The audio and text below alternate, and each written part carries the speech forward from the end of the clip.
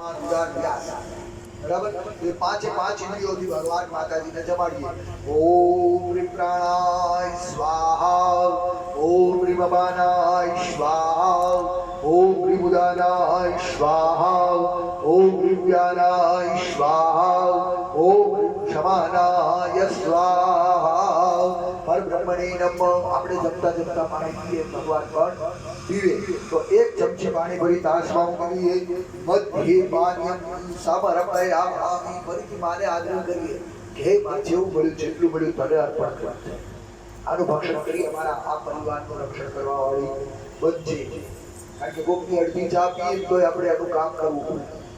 તો માને તો આપણે જમાડીએ છીએ, આપણું કામ કરે ને કરે તો મનમાં 5 વખત ઓમ હ્રીં ઉમિયાય નમઃ એવો જપ કરીએ। ઓમ હ્રીં ઉમિયાય નમઃ, ઓમ હ્રીં ઉમિયાય નમઃ, ઓમ હ્રીં ઉમિયાય નમઃ, ઓમ હ્રીં ઉમિયાય નમઃ, ઓમ હ્રીં ઉમિયાય નમઃ।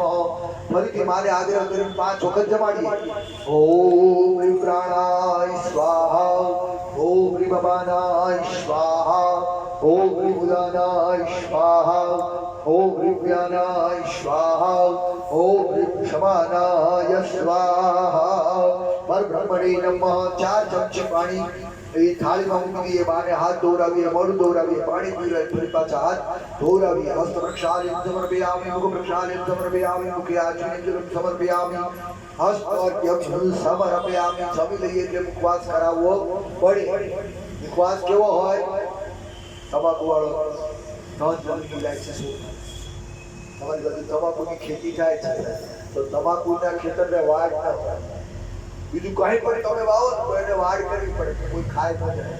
તમાકુનો ગધેડા નથી ખાતા, એને કાંઈ વાડ કરવાની જરૂર પડતી નથી।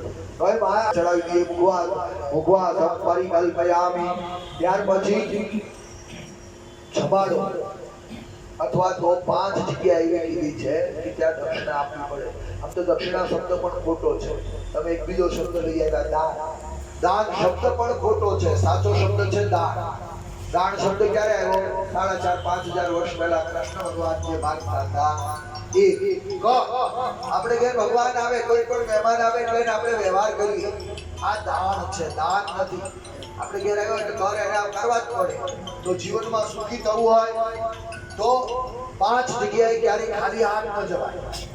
શું કીધું છે? ભૂખ ભગીની ભાડે ભગવાનને બુદ્ધિ। ભૂખ કહેતા રાજા જે આપણને રોજ કામ આપતો હોય એ આપણો બોસ છે, HOD always management always right. મેનેજમેન્ટને તમે કોઈ પ્રશ્ન ના કરી શકો। એક અત્યારે રાતના 12 વાગ્યા છે આપણે કહેવાય છે ઠંડી લાગે છે ઓઢવાનું આપો, કારણ કે આપણે નોકરી તો એની કરવી છે। તો રાજા આપણા ઘેર આવે અથવા તો રાજાને ઘેર જઈએ ક્યારે ખાલી હાથ ન જવાય।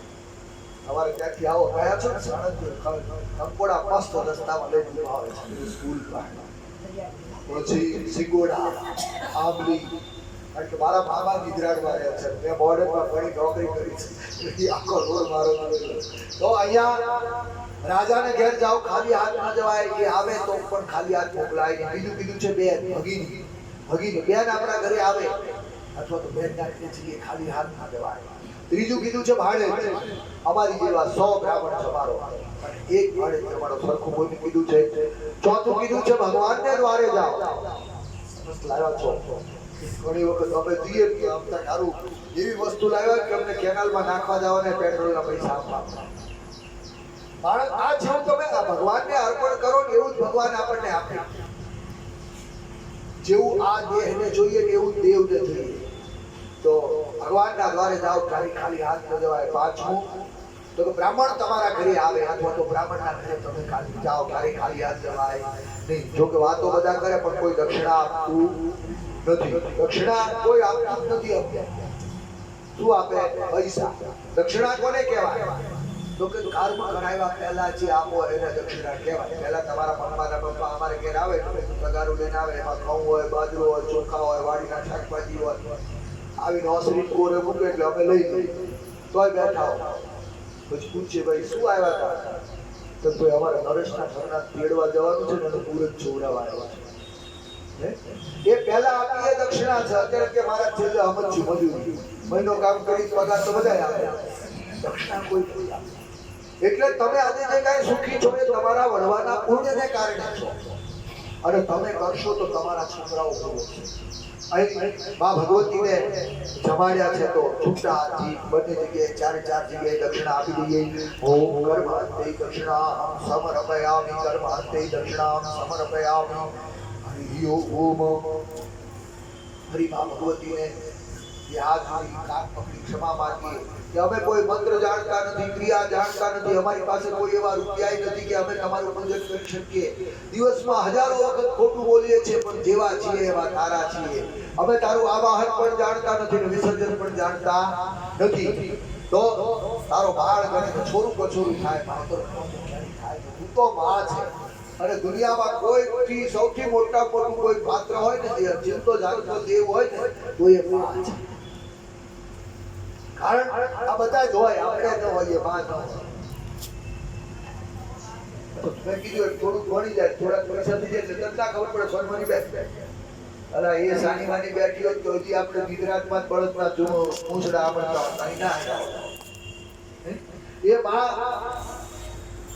એવું કહેવાય કે વીછી કરડે ને, વીછી જોયો છે એ કરડે ને અઢી દિવસ સુધી જે તે અંગમાં ઝટકા આવે. પગમાં કર્યો પગમાં ઝટકા આવે, પગમાં આંગળી નાખી દઈએ ને જે 250 વોલ્ટ આવે કેટલા ઝટકા આવે. આપણને 5 જન્મ